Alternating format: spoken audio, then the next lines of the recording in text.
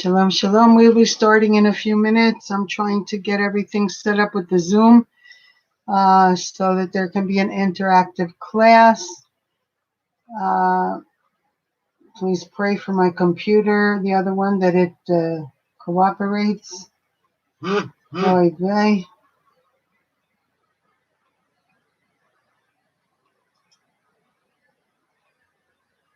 Let me see what's cooking here. Doesn't make sense.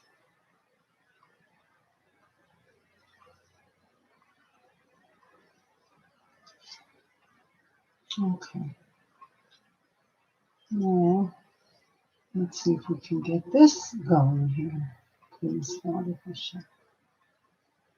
There we go. Sorry for the wait. Oh, yeah.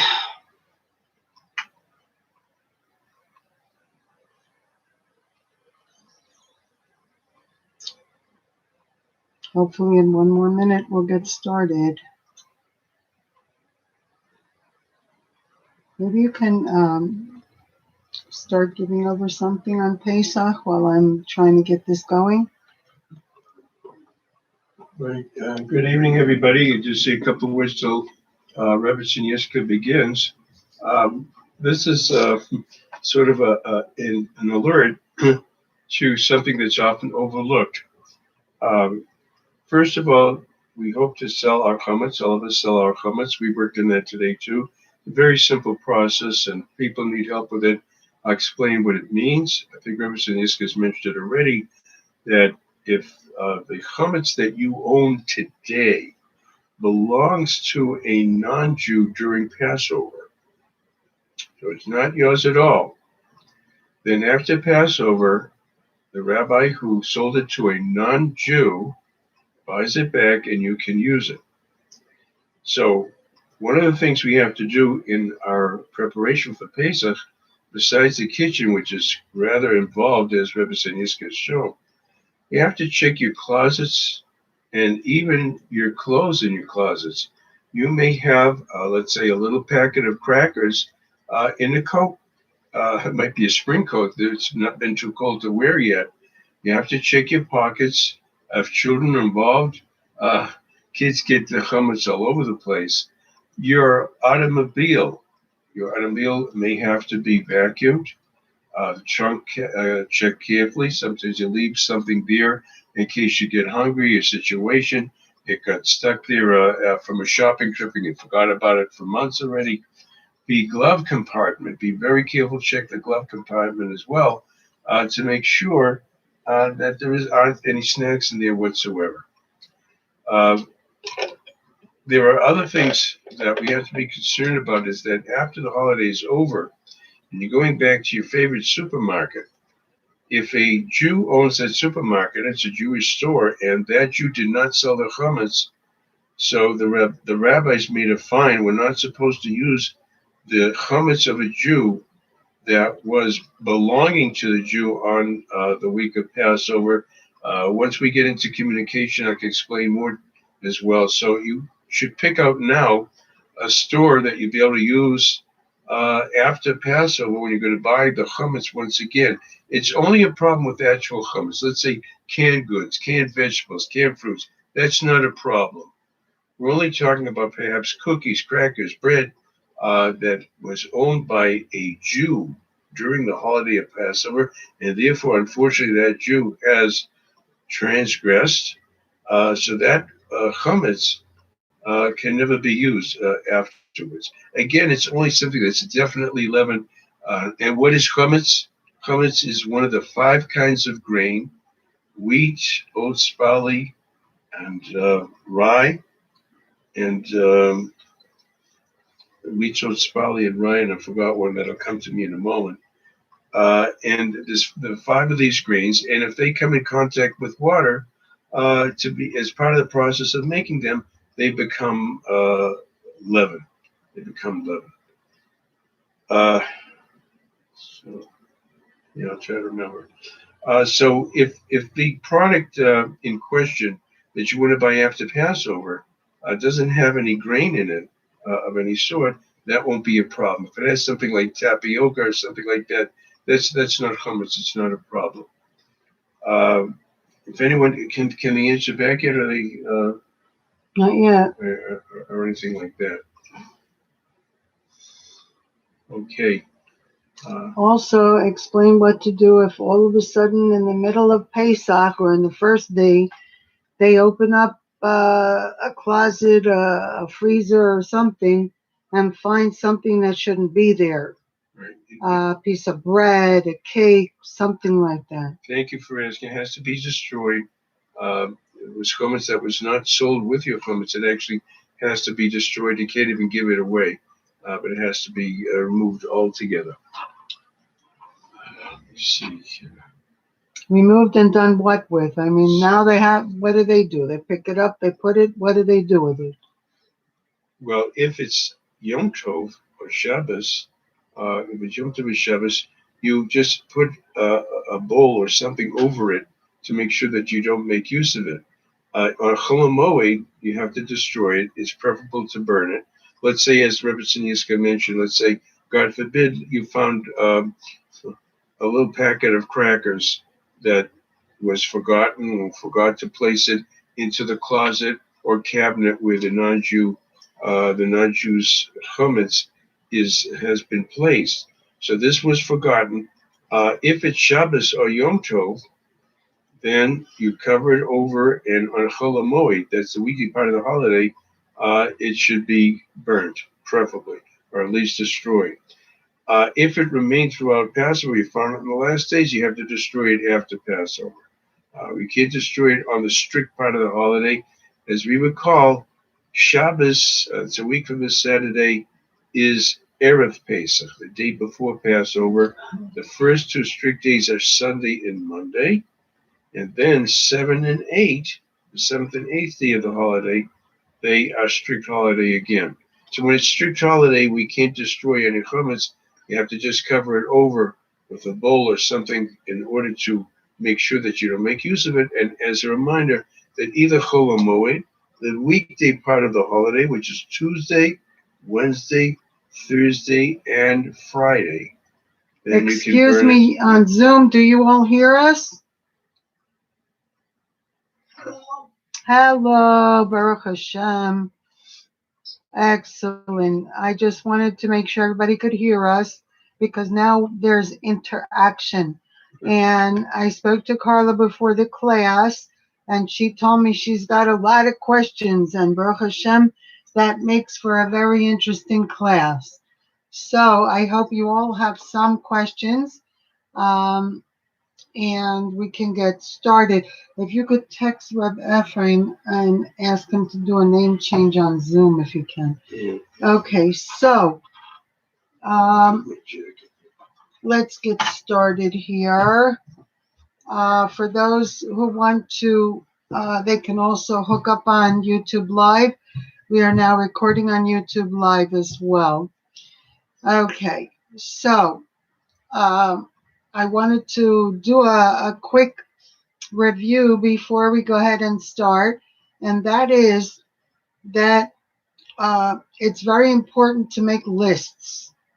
Make a list of the things you need to buy, and make a list of things that, okay, all of us may not be that we have millions, and so we would feel that it's important that we don't throw things away or burn them or whatever. So in that case, you can take boxes and you can box up the stuff that is not for Passover, which is bread, cakes, cookies, crackers, things on that level. And let me re-explain this too. If you take flour and the flour touches any water or liquid at all, within 18 minutes, that flour became chametz. Without you being able to see it or know it or do it or whatever, it becomes a danger on Passover. So you want to make sure everything that has to do with flour is in that box, okay? And When I lived in Crown Heights, we used to make a bonfire in the back of the house. And like if we had another half of a loaf of bread left, if we had certain things that we're not going to save for after Passover, we made a bonfire with it. And we burned up the comets. And there's a spiritual explanation and meaning to the burning of comets. And I'll let my husband explain that after. Um, but basically, you want to do things as easy as possible with the least amount of time needed for things because there's so much to do and everything has to be done on time. So you go through each closet in the kitchen, the cabinets, and you go through each item and you make sure these days that you have to read the ingredients unless it's like vegetables that are only vegetables or like I said, a lot of Sephardics eat rice and beans on Pesach. So if that's the case, you have to make sure that the beans don't have extra stuff in it. And if you're going to cook rice, that you wash it first just to make sure. And so then you go on to what can you eat on Passover? Well, the more famous to eat is meat and potatoes, fish. And you can make the fish with potatoes or vegetables. Matzah is definitely a big seller on Passover. That's the bread you may have. It's called matzah. And it must be that the box says that it's for Passover because there are matzahs that are made that are not for Passover. So you got to check the boxes and make sure you got the right stuff. Then you would go through the cabinets. Like I said, canned fruits, canned vegetables, beans, those things are okay. But if you have, oh yeah, let me see if I remember. Remember I told you I had it in the closet? Quinoa. Yeah. Quinoa, or there's also, there's a couple different ones that are grains. You may not have grains on Pesach. Can I clarify that? It's only the 5 kinds of grain. Quinoa can be kosher for Passover. I believe it needs Passover markings, supervision. But that's what I wanted to mention before was that wheat. I want to mark this down. Wheat, barley, oats, rye, and spelt. You have to speak up, husband. Wheat, barley, oats, rye, and spelt. Those 5 kinds of grain only become leaven when they are in contact with water. It causes them to rise. Ashkenazic Jews don't use rice, but even if rice gets wet, it's not chametz. Quinoa is it's not newly discovered. It's something the Indians, I think, Mexicans use it. It's a grain that they used to use. It does not become chametz and is okay, all right for use for Passover with Passover certification. So these are the things that we want to be on guard for, especially after Pesach too, if that chametz was owned by a Jew. In the meantime, if you have any kind of bread, cereal, please watch out for cereals, crackers, snacks of different types that may have one of these grains, and usually they do. That cannot be used for Passover unless it's been prepared very carefully. What's matzah made out of? We didn't talk about matzah. Matzah is made out of wheat flour. Couscous, no, you can't use couscous. No, it uses wheat. Matzah is made out of wheat flour. This is a no-no also? Okay, go ahead. Matzah is made out of wheat flour. There is also oat matzah, spelt matzah. I don't think I've seen barley or rye matzah. It could be they exist. Fiber matzah exists for those who need a better bathroom issue. Right. If that is so, Thank you, Rebbe. Fine. if thank you. If matzah is made out of wheat or one of these five kinds of grain, how can it be kosher for Passover? And that's what we're supposed to use for the Seder. The answer is very simple. The production of the matzah is done under super strict supervision, and even the wheat that is used, or the grain that is used to produce the matzah, has to be dry enough to begin with to be ground into Passover flour. This is Passover flour. And then when they mix it with the water under the most severe, strict supervision, you have to knead the dough, make and flatten out the matzahs. They poke them with holes so they won't rise. Get them into the oven, and the whole thing's got to be out of the oven all within 18 minutes. It takes 18 minutes for the flour and water, or the oat and water, spelt flour and water. It takes 18 minutes. So this is done under very strict supervision, and under those circumstances, the flour, be it wheat, be it oat flour, spelt flour, whatever those five kinds of grains may be, if it's produced under very careful supervision, and from beginning to end, 18 minutes, that's it. If it takes longer than that, they have to throw the whole thing out. You can't use it. So that's why we have to be very careful not to have any of these grains around. That even a bag of flour that you're planning to use after Pesach. It's a bag of flour. You didn't mix it with any water yet. You didn't make a cake of bread with it. We don't know the history of that bag of flour. We don't know how careful it was handled. It may have come into contact with water. The kernels from which they ground up the flour may have come in contact with water. So that's why any of these things you have to be on the lookout in your house and make sure that they are sold to the non-Jew for the holiday. If there are any questions, I'll try to be of help till Rebbe Yisrael comes back with more goodies. Yeah, one of the students didn't come in. I'm trying to see if she got my message, but let's continue on. Okay. So please do remember, check your pockets. If there's kids around, grandkids, grandchildren around, yeah, they can. You give them some Cheerios and they can put them in awfully funny places. Here's one more story too, and then we go to Rebbe Yiska.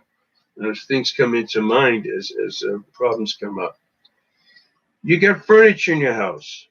Maybe it's a nice little round table in your dining room, or perhaps in the living room, etc. And you never put food in it. You never put food in it. Well, let's say company's coming. The ladies will really be able to relate to this. And either they themselves, they tell their husband, we have to clean up quick. Hurry up, we got to put everything away. Company's coming. So what do? You stash. Oh, there's this nice little round table that's, it's really for decoration and just to put things on top of it. But there's a drawer in it. You open it up and shove. There's a couple of cookies there. You shove the cookies into the drawer and you forget it for the rest of the year. This is the type of thing that can happen. So even if it's a place that you think you never put food, check everything. Be sure to check everything. I'll let Rebbe say this. That's why people go ballistic cleaning for Pesach, because we can't leave any nook or cranny unchecked. So, and my recommendation, if you haven't started yet, start in the kitchen, because most of the work is kitchen. Yeah, you have to, the vacuum cleaners have to go across all the floors, and I make a habit that I don't allow food in the bedroom. So therefore, there can't be anything in there because I never take anything in there. There can't be food in the bathroom because I don't take food in the bathroom. So if you take food all over the house, you got some job. But I try to do that throughout the year, because that way when this time rolls around, it makes life a lot easier. So, as I was trying to teach before, everything you cannot use for Passover, box it up, tape it closed, and it becomes part of what you sell your chametz. Now, everybody needs to sell their leaven, their chametz. How do you do that? So, and by the way, Carly spoke to the rabbi near you, the Chabad rabbi, this morning. Yeah. And he said, fine, no problem, give you his number. You can call him and get your chametz sold to him. And he's going to be another guidance for you. Thank you so much. Baruch Hashem. And anyone else who would need help selling their chametz, please let us know. We'll connect you with whoever. And as Mitzia said the other night, that the Chabad.org also has available to sell chametz to them. I got in my emails this morning directly from them. The thing is, everything was written in my maiden name. So we called another rabbi to get that taken care of. But that way, all the stuff you put in the boxes and you tape up is sold to some non-Jew for all of Passover. So it is not owned by you. So, and we do prayers. Usually it would be the night before Pesach and then the morning of Pesach that says that we make null and void any and all chametz in our possession, and we don't own it, and we don't want to own it, and whatever. Those prayers should be in all of you, whatever siddur you have. And for those who have the transliterated, I can give you the page numbers. And after class, yes. And so this year it's a little funny because we do half the stuff before Shabbos, before Passover, because we can't do it at the end of Shabbos and the beginning of Passover because we go right into Passover. So, for example, the search for chametz, which is usually done the night before Passover, will have to be done Thursday night, is it, husband? Yes, Thursday night. That's a week from this Thursday night, searching for the chametz. So where Shabbos is on Friday Friday night and Passover starts Saturday night, Thursday night will be the searching for chametz or leaven, which means that you take like 10 little balls of aluminum, and in each one you put like a piece of bread or a cracker or something that has chametz in it or has leaven in it, and you ball it up and you hide it in places in your house. Now, I recommend for those who can't remember all the time everything, that you write down where you hid it just in case, and count them and make sure that when you go looking for them, you get all of them. So you don't have any hidden chametz in your house afterwards. It would be better actually to use pieces of paper towel or napkins so they'll burn properly, because you're going to burn it on Friday, and with aluminum you'll have more difficulty. But the whole idea of putting out could be a small patch of paper towel or of napkin, whatever. That's the bonfire I was talking about. You don't want the 10 pieces of bread, which is preferable to use small, but very, very tiny pieces. You don't have to use a slice of bread. A slice of bread is enough for all 10 pieces. But this is symbolic of the Kabbalah. There's a mystical reason for the 10 pieces. You have not fulfilled your obligation if you only look for the 10 pieces. Do a final check for chametz. Look under the fridge, look in closets or whatever. Just a final check. Oh, maybe we forgot to check this. Maybe we forgot that. You may have what is it called? A china cabinet. China cabinet where you keep dishes and things like that, or maybe even nice things that are just for display, etc. You never put chametz there. Never can tell. Sometimes when you're in rush or whatever, something winds up in one of those cabinets. So that's a good time to check the places that chametz never is placed, just in case that it was put there. But I want to emphasize again, you have not fulfilled your obligation. If you merely collect the 10 pieces that you put out yourself, do some other checking, final checking, to make sure that you didn't overlook anything. Excuse me, go ahead. And on Thursday night, tonight is Tuesday night, Thursday night there'll be a half-hour class, and that class will be on where are the biblical commands of Passover. And we'll go over what's written in the scripture itself about Passover. So basically, Passover is symbolic of the children of Israel finally getting to leave slavery in Egypt. And so the whole dinner that we do on Passover, the first 2 nights of Passover, are all symbolic. Even the foods, the salt water, which were the tears, and the harosits, which is sweet, and cement. And that they work with. Rabbi, you want to share what the symbolic meaning of some of these things are? Right. We have the shank bone. Chabad uses a chicken neck, and that represents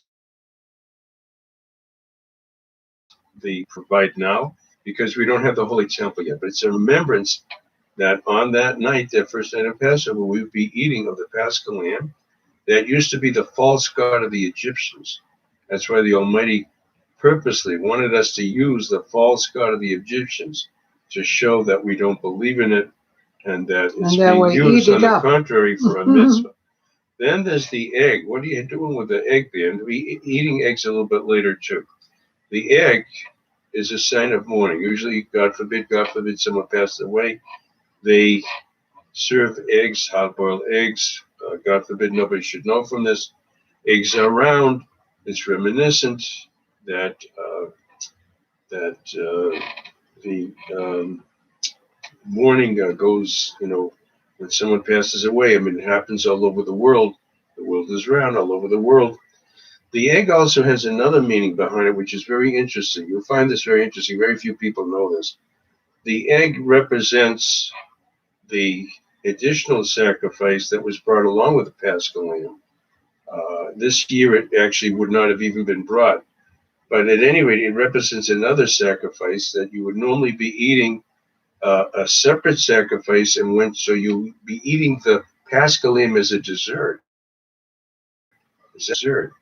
When you've already had. This year, because every Pesach comes out on Shabbos, that extra offering wouldn't be brought, but we put the Torah, get harder and harder, like the egg that's boiled more. So that's just something to think about.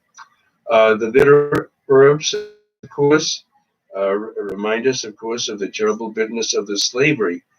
Notice how the Torah was way ahead of any kind of educational tools, any kind of fancy technology as we have today, such as the computer.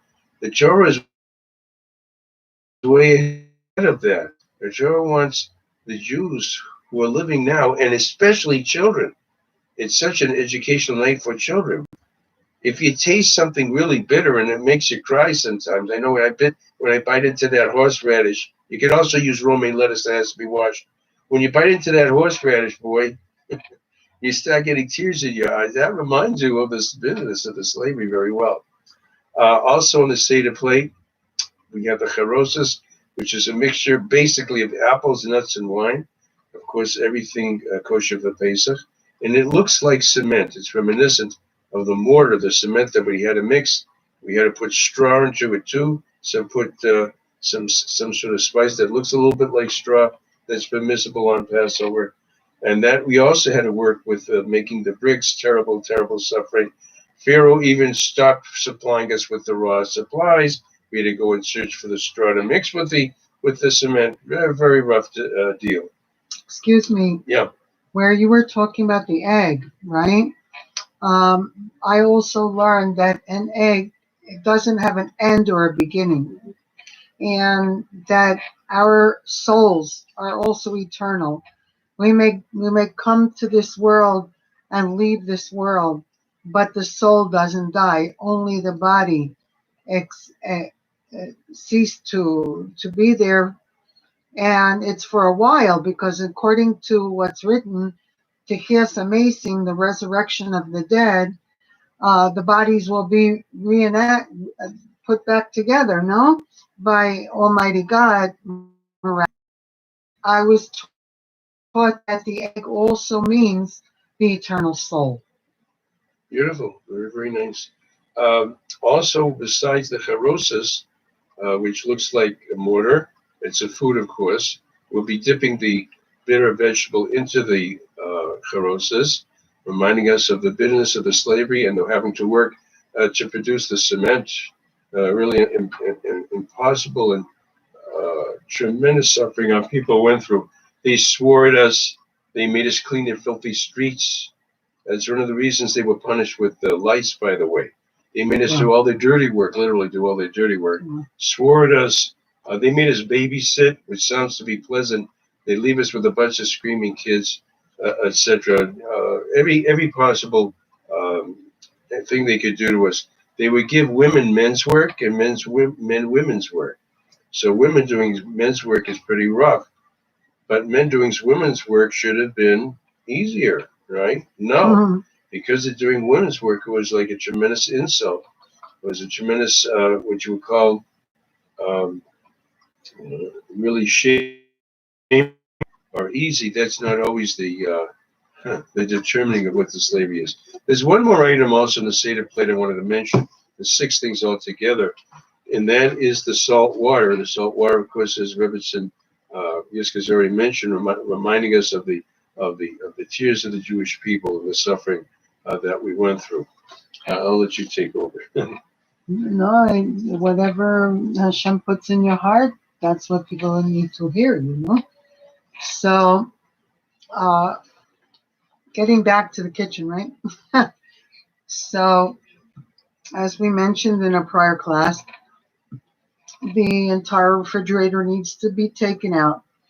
Like the box I was telling you that you can box up and tape closed, in the refrigerator will be plastic bags with things like pickles, and because pickles are pickled with usually a vinegar substance, and vinegar is chametzik. In other words, it's not allowed on Passover unless it says for Passover, because I'm not sure what invention they made with that, but they figured out how to do it without using regular vinegar.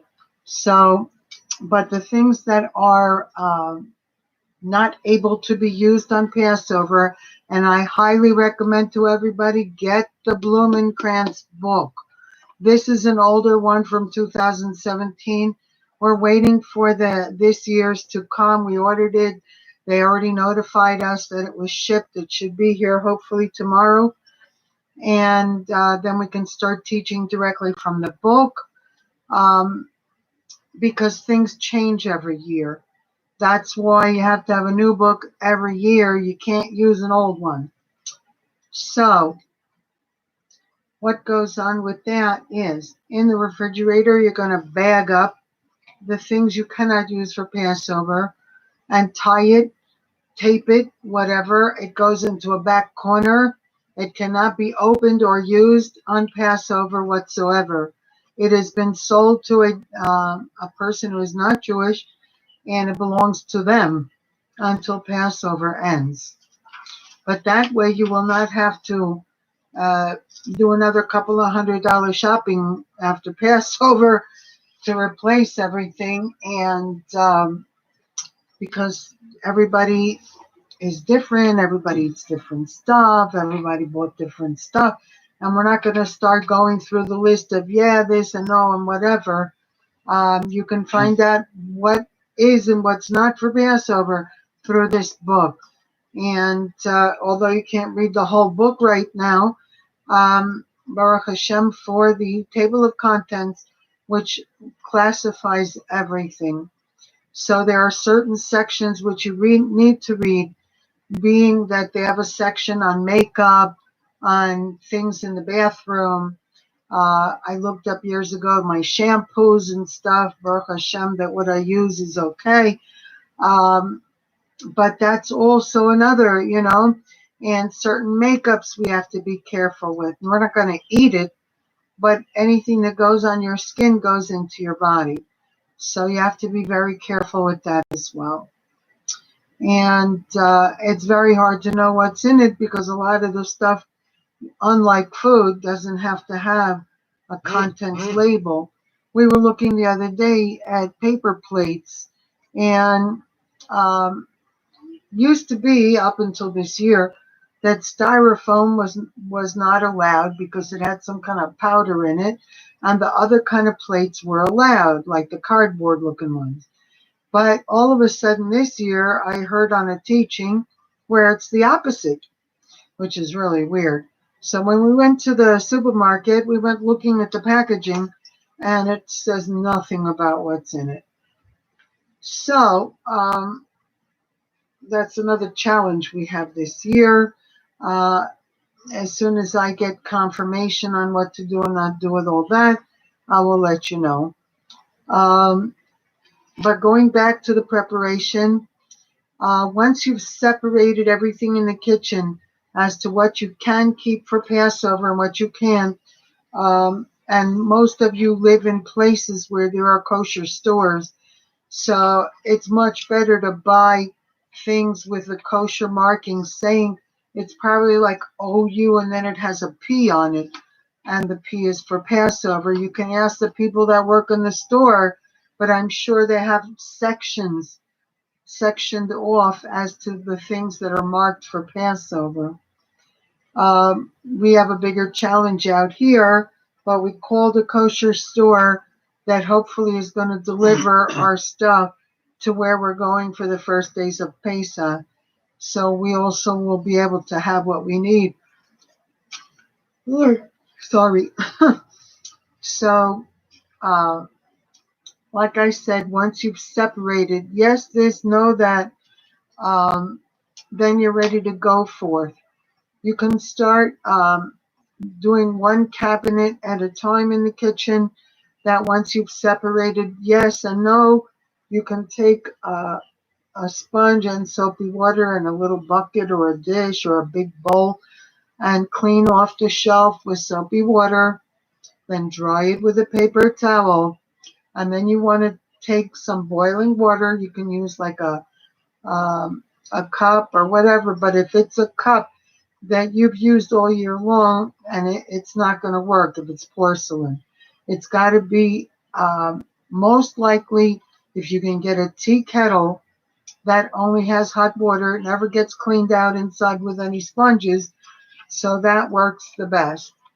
And besides that, if you have a clear glass coffee cup, you can use the clear glass one because clear glass is not porous.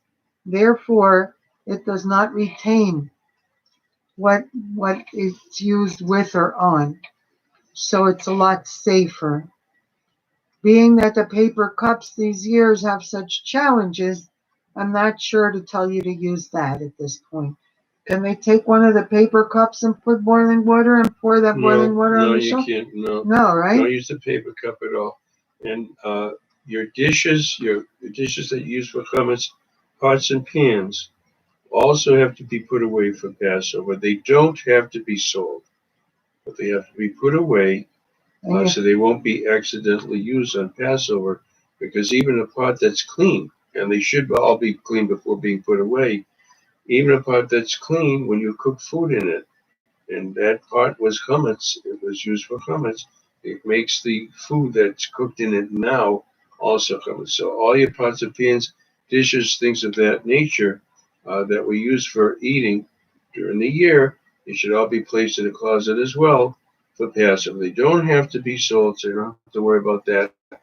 And we don't actually want them to be sold. They're clean and they just put away so they won't be used for Passover. So what do you do about pots then? So here's two things. If you live near a Walmart is the cheapest place to get a set of pots. They don't have to be stainless steel first class pots because you're just going to use them for a week anyway. But you do have to mark which ones you want for meat, which ones you want for dairy. And then when Passover ends, you box that up, write Passover pots on it, and it gets put away till next year. Uh, every year I buy something new, and I still have my stuff from last year. And that way you don't have to buy every year something new, new pots or whatever. But you do need 2 sets of silverware that are Passover, only for Passover. You need 2 sets of pots, dairy and meat, that are only for Passover. They must be new. If you live in an area where there are Orthodox shuls, it would be good to toivel new things, which means to dunk them in a mikvah. And I believe there's a bracha you can make with them. Right. If you need the bracha, call us. It's in your sitter somewhere. I'll help you find it. And the things I put away from last year, it's still good for Passover. I don't have to put it in the mikveh or anything. Just take it out of the box and use it that week. I cannot mix them. I cannot throw them in the sink unless the sink has already been koshered for Passover, koshered for Passover. The counters, the kitchen has to be what we say Pesach, which means the kitchen has to be completely ready for Passover. Before you go bringing all these Passover forks, knives, spoons, whatever, you can even keep them in a box. You don't have to put them into your cabinet in the kitchen, but they must be kept only on surfaces that are already kosher for Passover. They must be kept in things that are kosher for Passover and cleaned in a sink that's already aluminum lined and boiling water went there. Then you could leave it in the sink. But I highly recommend that they have these like plastic, it's like a box without a top. It's like a little tub. And it's good to buy like 1 or 2 of those if you have a 2-sided sink. And you put some soap in there, and you can put hot water in there. And I use a little bit of Clorox because I like things to be antibacterial, and especially around the mouth of the glasses and stuff. And that then you can put the dairy in one and the meat in the other, and you have to buy special ones for Passover and then special ones for the rest of the year. And that way you can always keep the meat and the dairy separate. That way you can keep everything on a higher level of kosher, which is going to make life a lot easier for you and less mistakes made. Yeah? Did you want to say something, husband? It's good to use liners if you have a 2-bowl sink. Use liners because the metal of one sink, it's all one construction. The metal of one goes over to the other. So you want to keep your meat and dairy dishes separate, and also use liners to prevent the contact of the dishes and the silverware with the actual sink itself. That's what you really should do. Well, for those who can't afford to buy all this stuff, I was told that you wash it, you put boiling water, and you line it with heavy duty aluminum. But on top of that, like I said, I buy these plastic tubs. They're very cheap in Walmart. For those who are far away from Walmart, Walmart sells stuff online. You go to walmart.com and you can probably find everything. They'll ship it to you. It doesn't take that long, and you're set. But do it as soon as possible because we're very close to Passover already. Some people may have a dollar store nearby or whatever. You can check the other stores near you. If you have kosher stores near you, well, you're living on Easy Street, you know. Luxury living. Yeah, it's a little more expensive, but they got what you need. You know, you don't have to go schlepping all over the place. So this class is already 45 minutes. I'm opening the doors for questions. I remember Carla said she had a handful, so let's start with Carla. Carla, please come in and start your questions, honey. Sure. I hope everybody's doing okay. Baruch Thank you, you Hashem. too. I had a question in regards to like where do I go? Because I'm gonna definitely go away for Passover, so I wanted to know like where I go to the have a website to be able to get the information. Question. You got the book you said, no, that I told you to get? The Pesach book? Yeah, I have it with me right now. Okay. So if you go through the table of contents, take a pen and circle certain areas that you need. One of them is knowing what is Passover, Pesach, we call it, which is Passover, and what is not worthy. And there should be a whole section in that book on that. That if you find things that do not have markings of Passover, it should tell you what you can buy or use that's not marked. Also, you have to know the things like different shampoos and what that you can use on Passover and what you can't. You also need the book to know more details as to how. You're going to be away the entire Passover. You're leaving like the day before and you're coming back like the day after. Yes. That's not just the first 2 days, that's the whole 7 days. Yes. Okay. If you're going to be away the whole thing, then you just sell your whole house. To when you make the sale of Comets, the contract for and you can do that with the rabbi I'm giving you the phone number for. You tell him you're going to be away and you want to sell the entire inside of the house. Okay. And then you don't have to do anything. Okay. That's easy street. Great. Yeah, a lot of people do that. They plan vacations so they don't have to schlep and work. But we're going to be away the first days and we're coming back for like the last 4 days. So we have to leave the house ready for Passover. But like I said, I can close cabinets, tape them closed, and not use them or open them on Passover, and I wouldn't have to deal with those.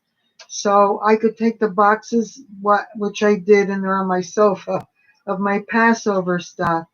And the new things I buy, I can also keep in boxes. And I can have a section of the kitchen, whether it be a table or whatever, where I have everything up and down.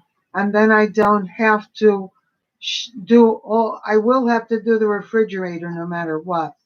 But certain cabinets could just be taped closed if I run out of time. But in any case, what's your next question? My husband looks impatient. We have to keep it here. The next question I had was the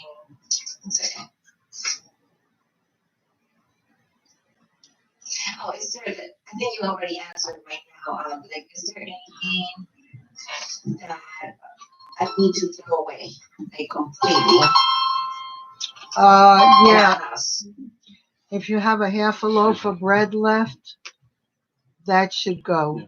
You can give it away. I'm sorry to interrupt you. I have to take this You call. can give it away, or you can make a bonfire. Before the holiday would be a nice thing to do. A needy family. Or the Anything like Thursday that. night, which is the search of comets.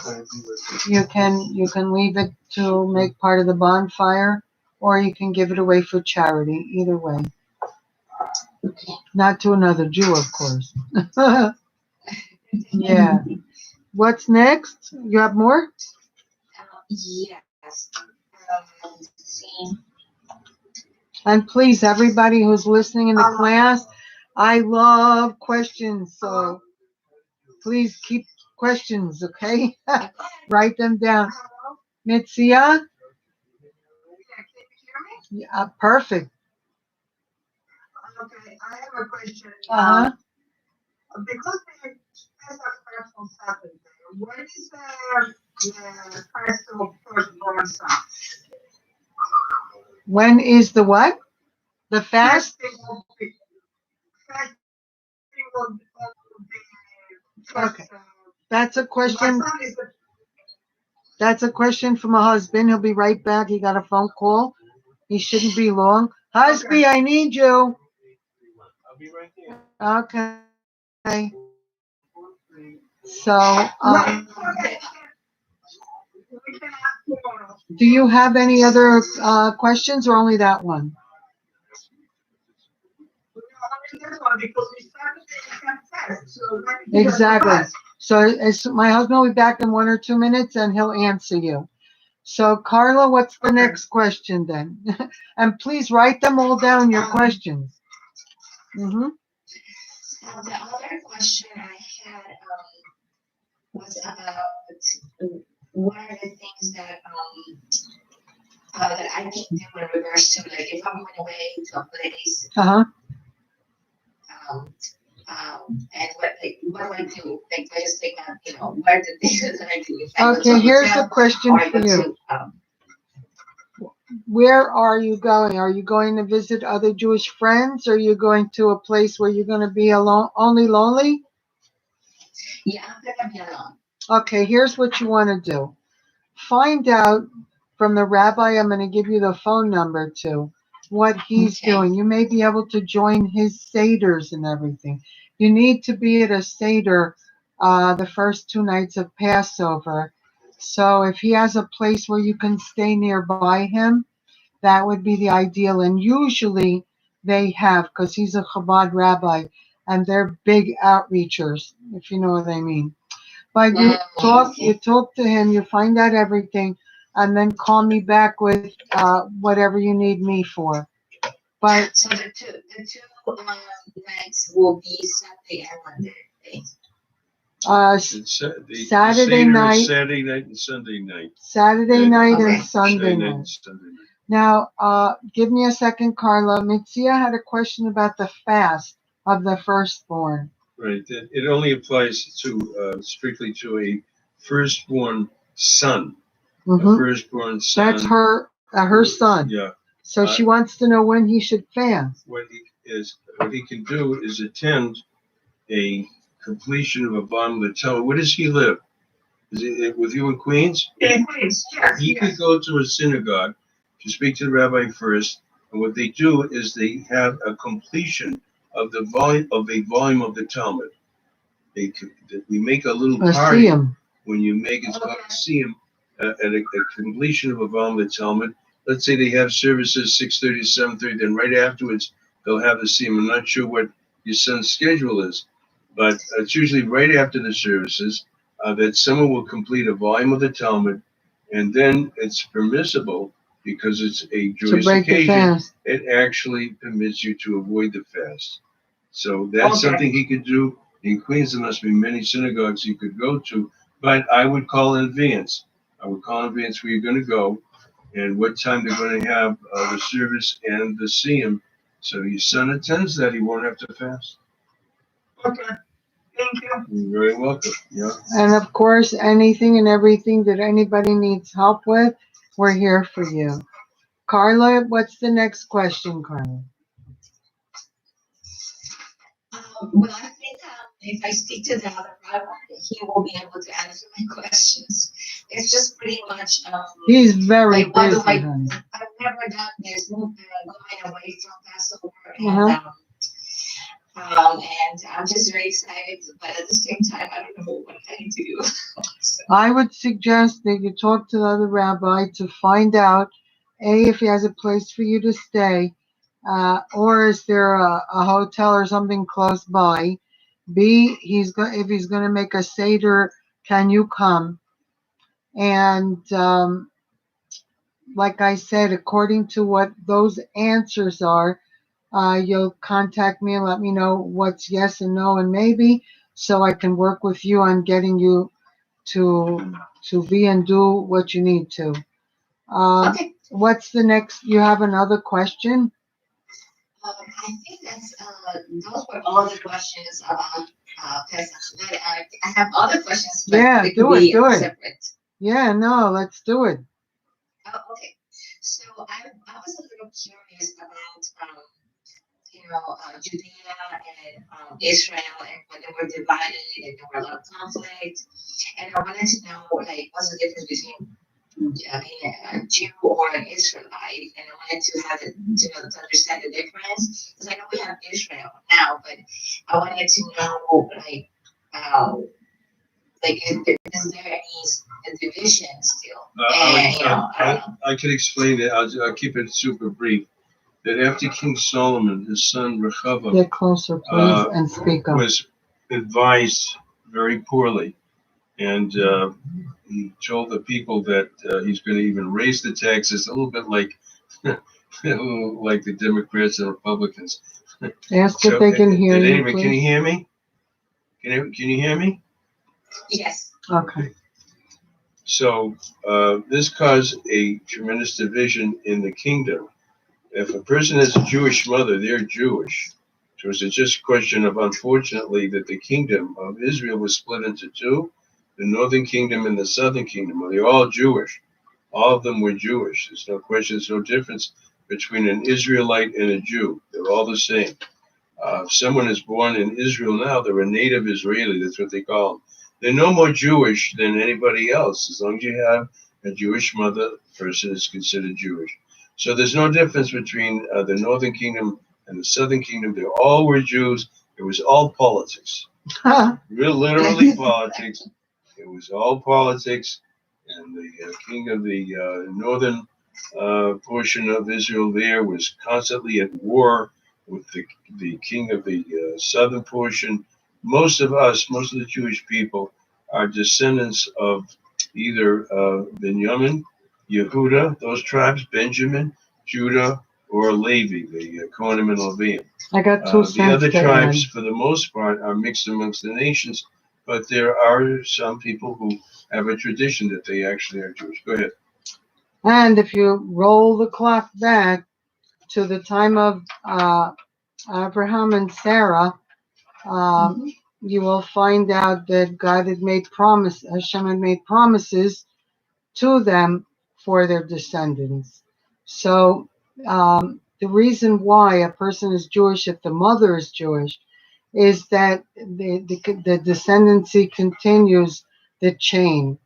So, but that chain started with Avram and Sarah, and comes to what we are today. The father gives the tribe, and the wife or the mother gives the descendancy to the children. Oh. So if a person is a lost Jew and they want to know if they came from Jewish people, for example, in Puerto Rico, they have a magnificent, extensive place you can call the demographic office, and they have records all the way back to the boats from Christopher Colon. So it's very easy for them to trace their lineages. But other places, I'm not sure how that works. And then there's conversion for those who know and believe they were Jewish, but they don't have proof. And so even when a person does a conversion, if the rabbis believe that they were really Jewish, they'll tell them not to make the blessing when they go into the mikveh, because they're probably Jewish. So all of that, well, like I said, that's a whole another teaching in itself. But just to give you, yeah, like the icing on the cake, yeah. So, what else would you like to know? I think that's what I have so far, unless anybody else has questions. Mitzia, you have any Torah questions or? No, all the questions were already raised before. So Oh, Baruch we got Hashem. answers. Thank you all for participating. We appreciate it. And if Thank you for teaching us. Our pleasure. Baruch Hashem. Our pleasure. And as you're going to go through the kitchen and prepare for Passover, anything you have a question about, write it down and bring it to class. That's why we're doing this, to help you along to be able to get done what you need to do, and in time, yeah? So Thursday night, same time, same station, we're going to do just a half hour, because tonight was an hour, or a little more than an hour. But on Thursday night will only be 30 minutes, since the there's Shabbos coming and all this other stuff.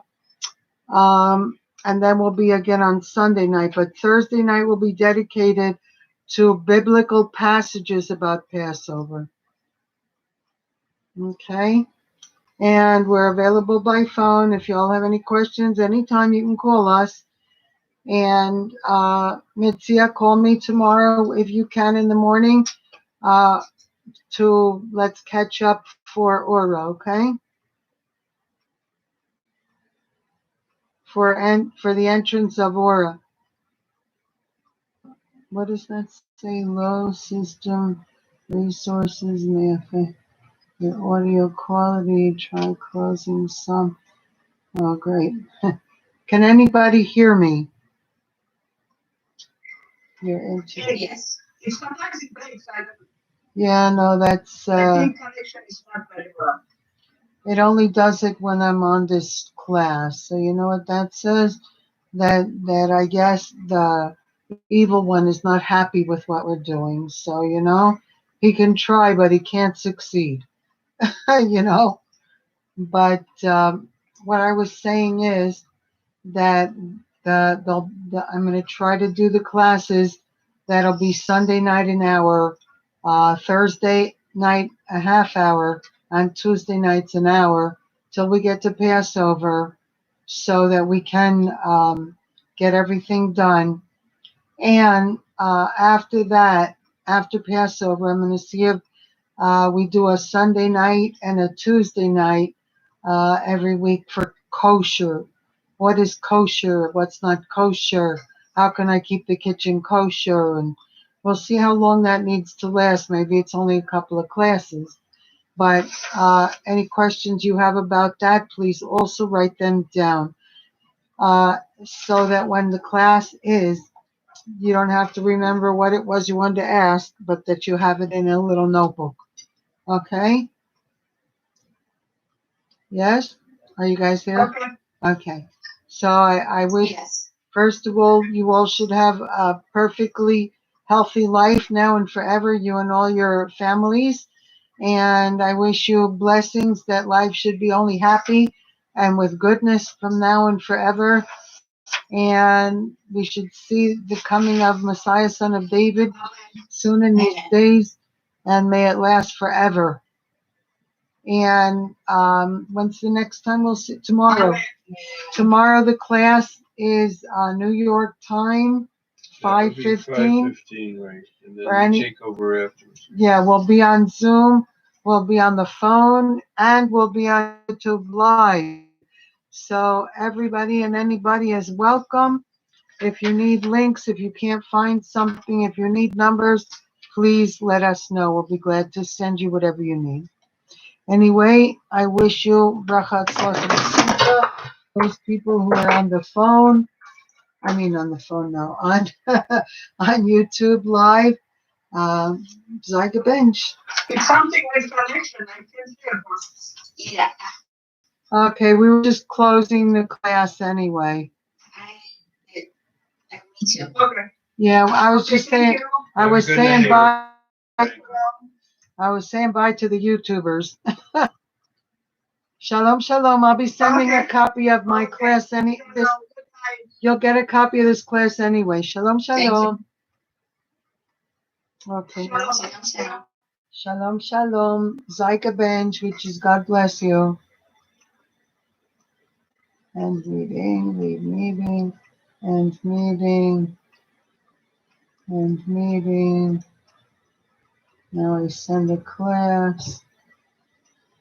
Thank you, husband. You are a very big help. Thank you. You're enormous.